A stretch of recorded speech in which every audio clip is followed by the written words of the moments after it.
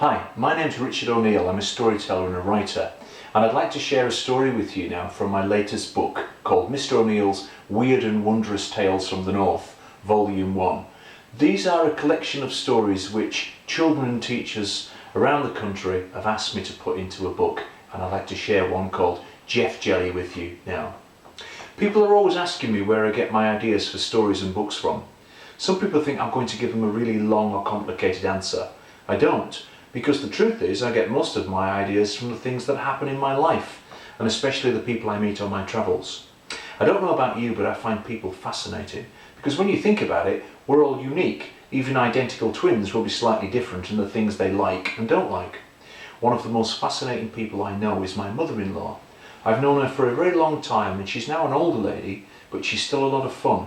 She goes dancing, hiking, and on holidays all over the world, has a laptop, a mobile phone, and learns new things all the time. So she's definitely not stuck in the past, apart from one thing, and that's her television. I don't know if you've seen these big silver TV sets that were popular in the 1990s. Well, she and my father-in-law have one of those. It's massive, so big in fact that it even has glass sliding doors underneath, with enough space to put a huge amount of things like magazines, DVDs, and even ornaments. The back of this huge TV sticks out so far that it takes up almost a quarter of the whole room. I was visiting my mother and father-in-law a while ago, and as I sat on the sofa having my cup of tea, I was looking directly at this monstrous silver TV and thinking how it was dominating the whole room.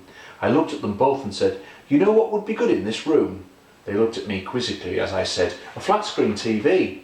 They now looked at me blankly as I continued excitedly. "It would give you a better picture because you could get HD, you could even plug in your laptop into it, and best of all, you'd have loads more space in this room." I could see they weren't exactly thrilled with what I was saying, but I optimistically carried on trying to sell them on the idea of a new TV.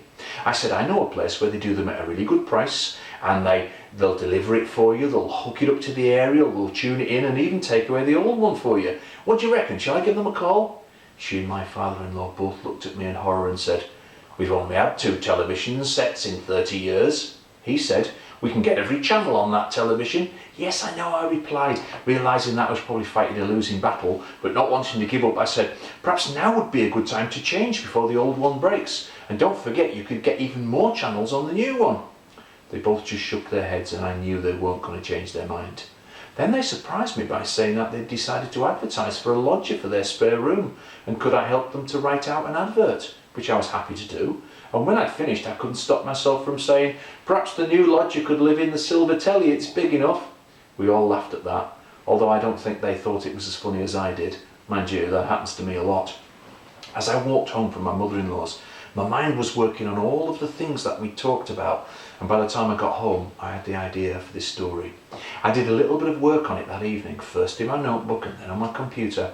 It sounds simple, this coming up with stories business, and it can be, but then you have to put a lot of work into turning the idea into a decent story, and then you have to write it down in case you forget it, then you have to keep rewriting it to make sure it's as good as you can get it. But at the idea stage, we tend to use 2 brilliant words which help your brain come up with superb and sometimes weirdly good stuff. What and if. My brain started working on the what if principle. What if this happened? What if that happened? And it wasn't long before my brain came up with something interesting. What if one of the people who answered my mother and father-in-law's advert was a little bit different? Anyway, back to Florence and Edward and their quest to find a lodger. Not wanting to waste any time, Edward was quickly dispatched up to Mrs. Troll's post office with plenty of blue tack to stick up securely in the window the following advertisement. "Room for rent in quiet respectable household. £90 per week including bills. Extras include free car parking, use of washing machine, storage shed and television. No weirdos, please. Contact Florence or Edward." My mother and father-in-law get 3 enquiries. The first one is from a young man who's moving up to our area from Birmingham with his work. He comes round, seems to like the house, the price for the room and the parking space, but I'm not sure he likes the fact that my mother-in-law keeps saying how quiet the house is, apart from Saturday afternoons, because that's when Edward has the horse racing and any other sport he can find on the telly, and no one is allowed to interrupt his afternoon in any way at all. The young man calls them back later and says he's found somewhere else. The second enquiry is from a lady who also likes the house and is also okay with the price, but she's a lecturer at a university working with insects. She tells Edward and Florence that she often brings home the insects to study at the weekend. This doesn't go down too well with Florence, who is a real clean freak, and apart from the odd friendly spider or cat, wouldn't be happy with lots of strange insects in her house. Although Edward says he's quite like it because it would remind him of being in the army and his pet dung beetle. In the end, the lady got fixed up with a room nearer to the university owned by somebody who liked insects. That unfortunately left only one more applicant for the room. Edward and Florence were a bit disappointed and were really pinning their hopes on this last person, a Mr. Jelley, whom they both agreed on, having spoken to him on the phone, seemed very polite and perfect for the room and their house altogether. So they were very excited waiting for Mr. Jelley, who was due to arrive at 7 p.m. Absolutely on the dot of the agreed time, the doorbell rang. Edward went to answer it. He opened the door, looked out expecting to see Mr. Jelley, but couldn't see anyone at all. Then just as he was about to shut the door, he heard a small high-pitched voice call out, "Hello Edward, it's Mr. Jelley, about the room!" At the same time a small hand came into view. Edward looked down and saw a man about half the size of himself, in both height and width. He leant down, shook the small hand, and trying not to stare, said, "Mr. Jelley, pleased to meet you. Do come in. We're very much looking forward to showing you the room." Edward ushered Mr. Jelley into the front room, where he introduced him to Florence, and they also shook hands. The kettle having just boiled, she asked him if he'd like a cup of tea before looking at the room. He did. Milk, no sugar. All three of them were soon sat down quietly drinking their tea. A few minutes later, Florence could see that Mr. Jelley had finished his tea, and she asked Edward to take his and her cup into the kitchen. She was just about to ask Mr. Jelley if he'd now like to have a look at the room when he suddenly said, in a funny little high-pitched northern voice, "I love your telly." My mother-in-law said, "Thank you, we're very fond of it. Can you believe that my son-in-law wanted us to change it for a flat screen one?" "Shocking," said Mr. Jelley, looking at the silver TV admiringly. "Yes, but I soon put him right," said Florence. "Well done you," said Mr. Jelley. "That TV is a classic, something you must keep." Florence nodded in agreement, delighted that this little gentleman appreciated a quality TV set when he saw one. She pointed to the stairs and she said, "Come, Mr. Jelley, I'll show you the room." Mr. Jelley looked at her and Edward, who had now come back in from the kitchen, and said, "If it's all the same to you, I'd prefer the telly to the room." My mother-in-law was clearly confused and asked him what he meant. He said, "Instead of the room, I'd love to live in your telly." He moved over to the TV and patted it like a pet, saying, "I've been looking for one like this for years, please say yes." My mother-in-law was quite shocked and she said, "No, I'm sorry Mr. Jelley, but we can't allow that. There's a lovely room upstairs." Mr. Jelley looked at Edward pleadingly, but Edward just shook his head and said, "Florence is right, that room upstairs is lovely. In fact, it's so good, I'm not even allowed to go into it." Mr. Jelley looked at them both again and tried one more time to get them to live in their telly. He said, "Please let me live in your telly, I'll be careful, I'll look after it, I'll promise." They shook their heads again. And then Mr. Jelley said, "I'll pay you £350 a week cash."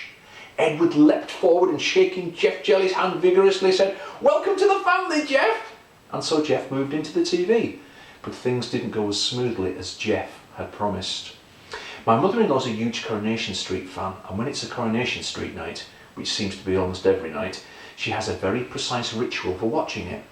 This particular evening, when Jeff Jelley had been living there for just 2 days, it was a Coronation Street night, and as per usual, she starts her Coronation Street ritual. First she makes a cup of tea, has to be a quality tea bag sitting in the water for just the right amount of time. She then sits down on the sofa as usual, picks up the TV remote as usual, sends my father-in-law out to his shed as usual, and gets ready to enjoy Coronation Street as usual. She presses the on button on the handset and hears a frizzle, and sees the red light come on the telly as usual. Then she hears the music and expects to see a picture as usual, but she doesn't. Instead she sees what looks like some kind of cloth type material. Although she can't yet see them, she can hear voices of the Coronation Street actors. It seems like they're in the newsagents passing on gossip about someone.